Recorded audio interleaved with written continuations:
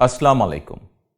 রক্তক্ষয়ী একটি মহান মুক্তিযুদ্ধের মাধ্যমে লাখো প্রাণের বিনিময় শত্রুকে পরাজিত করে 1971 সালের এই দিনে আমরা বিজয় অর্জন করেছিলাম। বিজয়ের 53 বছর পরে এসে আজকের নির্মম বাস্তবতা হলো দেশ এখন ফ্যাসিবাদের কবলে। জনগণের বিজয়ের সেই গৌরব কেড়ে নেওয়া হয়েছে। মানুষের স্বাধীনতা অধিকার কেড়ে নিয়ে বাংলাদেশকে একটি তাবেদার রাষ্ট্রে পরিণত করা হয়েছে। বর্তমানে এক কঠিন সংকটকাল অতিক্রম করছে দেশ ও জাতি। সাম্য, মানবিক মর্যাদা, সামাজিক সুবিচার, মুক্তিযুদ্ধের এইসব মূল মন্ত্রের একটি বৈশিষ্ট্য এখন আর অবশিষ্ট নেই। গার্মেন্টস শ্রমিক থেকে নোবেল লরিয়েট, সমাজের প্রতিটি মানুষ মানবিক মর্যাদা হারিয়েছে। মাফিয়া চক্রের ইচ্ছা অনিচ্ছার কাছে জিম্মি হয়ে পড়েছে সমগ্র জাতি।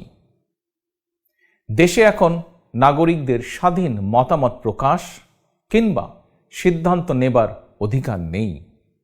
নাগরিকদের উপর সিদ্ধান্ত চাপিয়ে দিচ্ছে ফ্যাসিবাদী সরকার।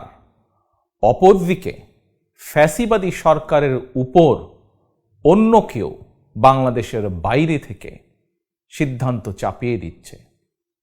স্বাধীন বাংলাদেশের নাগরিকরা এখন নিজ দেশেই যেন পরাধীন। প্রিয় দেশবাসী, বর্তমানে দেশ কোন অবস্থায় দাঁড়িয়ে এর একটিমাত্র উদাহরণ দিলেই দেশের প্রকৃত অবস্থা আরও স্পষ্ট হয়ে উঠবে। সমগ্র জাতি আমরা সকলে দেখতে পাচ্ছি ছাত্র, শিক্ষক, অভিভাবকদের অন্ধকারে রেখেই শিক্ষার্থীদের উপর তথাকথিত জাতীয় শিক্ষা কারিকুলাম চাপিয়ে দেওয়া হয়েছে। এর বিরুদ্ধে শিক্ষার্থী এবং অভিভাবকদেরকে প্রতিবাদ জানানোর সুযোগ নেই।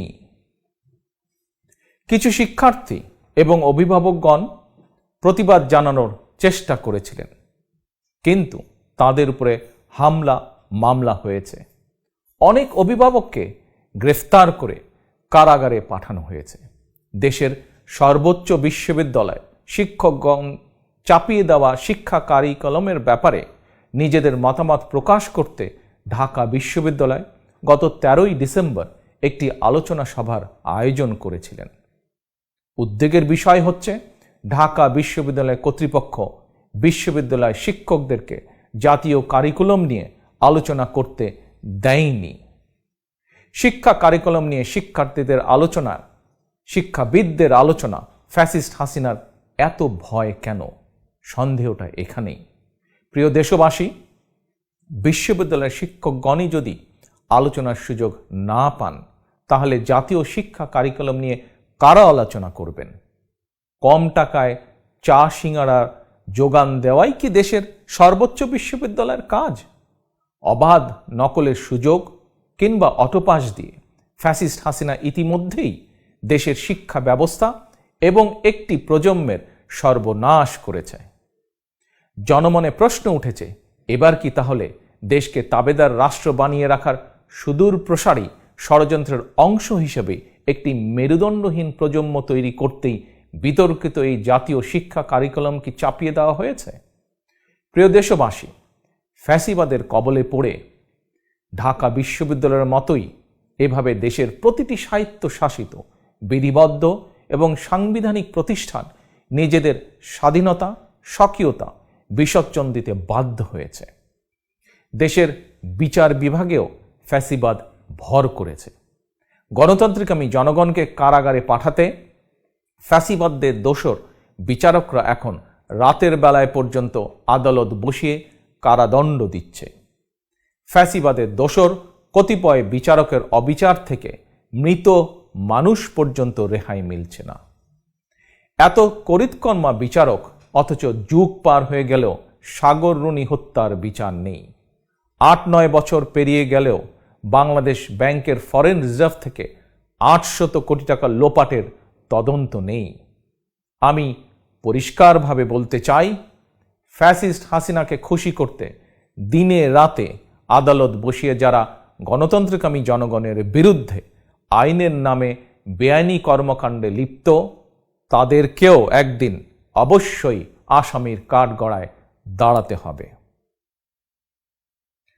প্রিয় দেশবাসী, ফ্যাসিস্ট হাসিনা, তার পরিবারের সদস্য এবং আওয়ামী দুর্নীতিবাজদের কারণে দেশে এখন নীরব দুর্ভিক্ষ পরিস্থিতি বিরাজ করছে। চাল, ডাল, আলু, তেল, লবণ, চিনি, পেঁয়াজ সহ প্রতিটি নিত্য প্রয়োজনীয় পণ্যের দাম জনগণের ক্রয় সীমার বাইরে। দেশের প্রতিটি কৃষক, শ্রমিক, দিনমজুর, স্বল্প আয়ের মানুষের দিন কাটছে অর্ধাহারে, অনাহারে। এমনকি মধ্যবিত্ত পরিবারগুলো জীবন পরিচালনায় হিমশিম খাচ্ছে। অথচ আওয়ামী দুর্নীতিবাজদের উল্লাস নৃত্যের আড়ালে হারিয়ে যাচ্ছে অসহায় মানুষের আর্তনাদ। প্রিয় দেশবাসী, আপনারা সাম্প্রতিক সময় দেখেছেন দুর্মূল্যের বাজারে পরিবার পরিজন নিয়ে একটু ভালোভাবে খেয়ে বেঁচে পড়ে থাকার আশায় গার্মেন্টস শ্রমিকরা রাজপথে নেমেছিল। অথচ মাফিয়া সরকারের সন্ত্রাসী বাহিনী কয়েকজন গার্মেন্টস শ্রমিককে নির্মমভাবে হত্যা করেছে।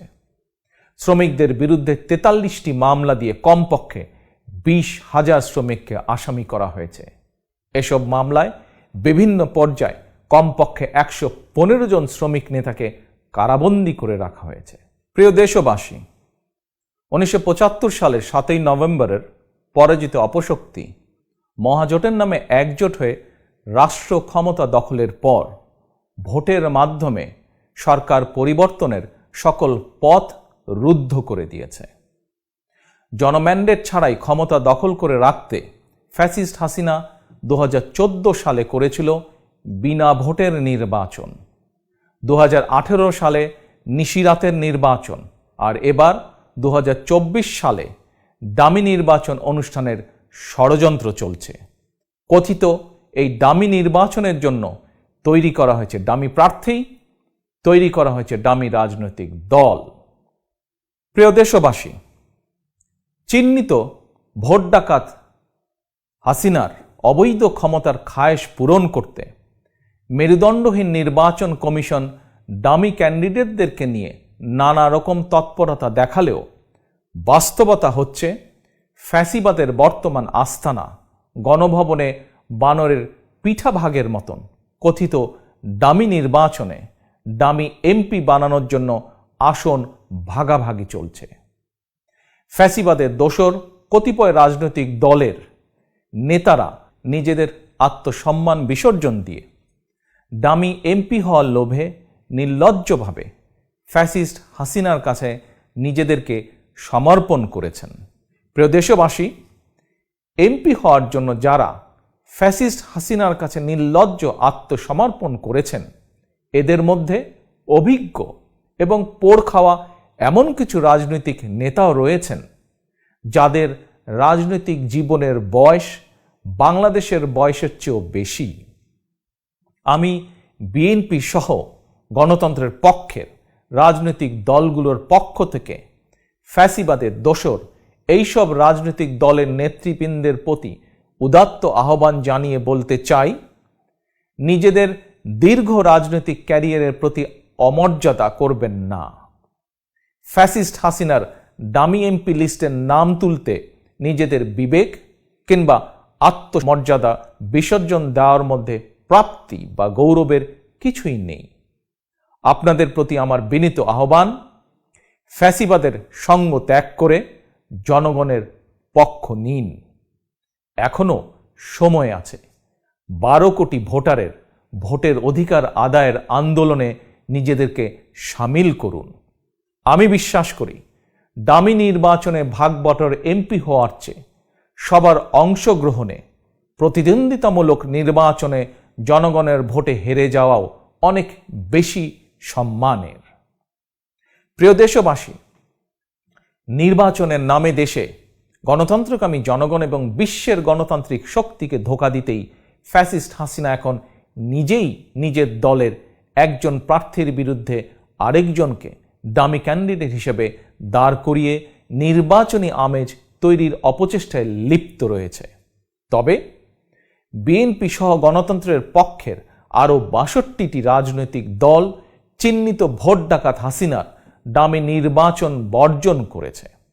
এই নির্বাচন নিয়ে গণতান্ত্রিকামী জনগণের কোনোই আগ্রহ নেই। এই নির্বাচন নিয়ে আওয়ামী লীগ সমর্থকদের মধ্যেও কোনো আগ্রহ থাকার কারণ নেই। এর কারণ, কোন দল থেকে কাকে এমপি বানানো হবে ফ্যাসিস্ট হাসিনা গণভবনে বসেই নির্বাচনের আগেই সেই তালিকা চূড়ান্ত করেছে। এখন ডামি নির্বাচন কমিশনের প্রধান কাজ ফ্যাসিস্ট হাসিনা সরবরাহ করা ডামি এমপির তালিকা অনুযায়ী নির্ধারিত সময় ডামি এমপির নাম ঘোষণা করা। প্রিয় দেশবাসী, নির্বাচনের নামে ফ্যাসিস্ট হাসিনার প্রতারণার বিরুদ্ধে যাতে গণপ্রতিরোধ গড়ে উঠতে না পারে, এজন্য সারা দেশে চলছে গণগ্রেফতার। গণতান্ত্রিকামী জনগণের পেছনে র্যাব পুলিশের একটি চক্রকে লেলিয়ে দেওয়া হয়েছে। এই চক্রটি গুম, খুন, অপহরণ, মামলা, হামলা, নির্যাতন, নিপীড়ন চালিয়ে সারা দেশে গণতান্ত্রিকামী জনগণকে দমিয়ে রাখতে চাইছে। তবে মাফিয়া চক্রের রক্তচক্ষু উপেক্ষা করে ফ্যাসিস্ট হাসিনার পদত্যাগের দাবিতে দেশের গণতান্ত্রিকামী জনগণ সারা দেশে হরতাল, অবরোধ সহ আন্দোলন সংগ্রাম অব্যাহত রেখেছে। গণতন্ত্র, মানবাধিকার এবং ভোটের অধিকার প্রতিষ্ঠার চলমান এই আন্দোলনে যারা হতাহত হয়েছেন, বাংলাদেশের মহান বিজয়ের এই দিনে আমি আল্লাহর দরবারে তাদের কল্যাণ কামনা করি। হতাহত শোক সন্তপ্ত পরিবারের সদস্যদের প্রতি গভীর সমবেদনা জানাই। আমি দৃঢ়ভাবে বিশ্বাস করি, আরও একটু কষ্ট, আরও একটু ত্যাগ স্বীকার করতে পারলেই এই বিজয়ের মাসে হয়তো আরেকটি বিজয়ের পথ রচিত হবে ইনশাল্লাহ। গণতন্ত্রের পক্ষের রাজনৈতিক দলগুলোর সর্বস্তরের নেতা কর্মী বৃন্দ, আমি জানি গণতন্ত্রের পক্ষের প্রতিটি রাজনৈতিক দলের আলাদা আলাদা কর্মসূচি, আদর্শ রয়েছে। তবে দেশ এবং জনগণের অধিকার রক্ষায় এই মুহূর্তে আমাদের প্রত্যেকের দফা এক, দাবি এক, ফ্যাসিস্ট হাসিনার পদত্যাগ। এই দাবি আদায় নিজেদের মধ্যে রাজপথের ঐক্য গড়ে তোলা অত্যন্ত জরুরি।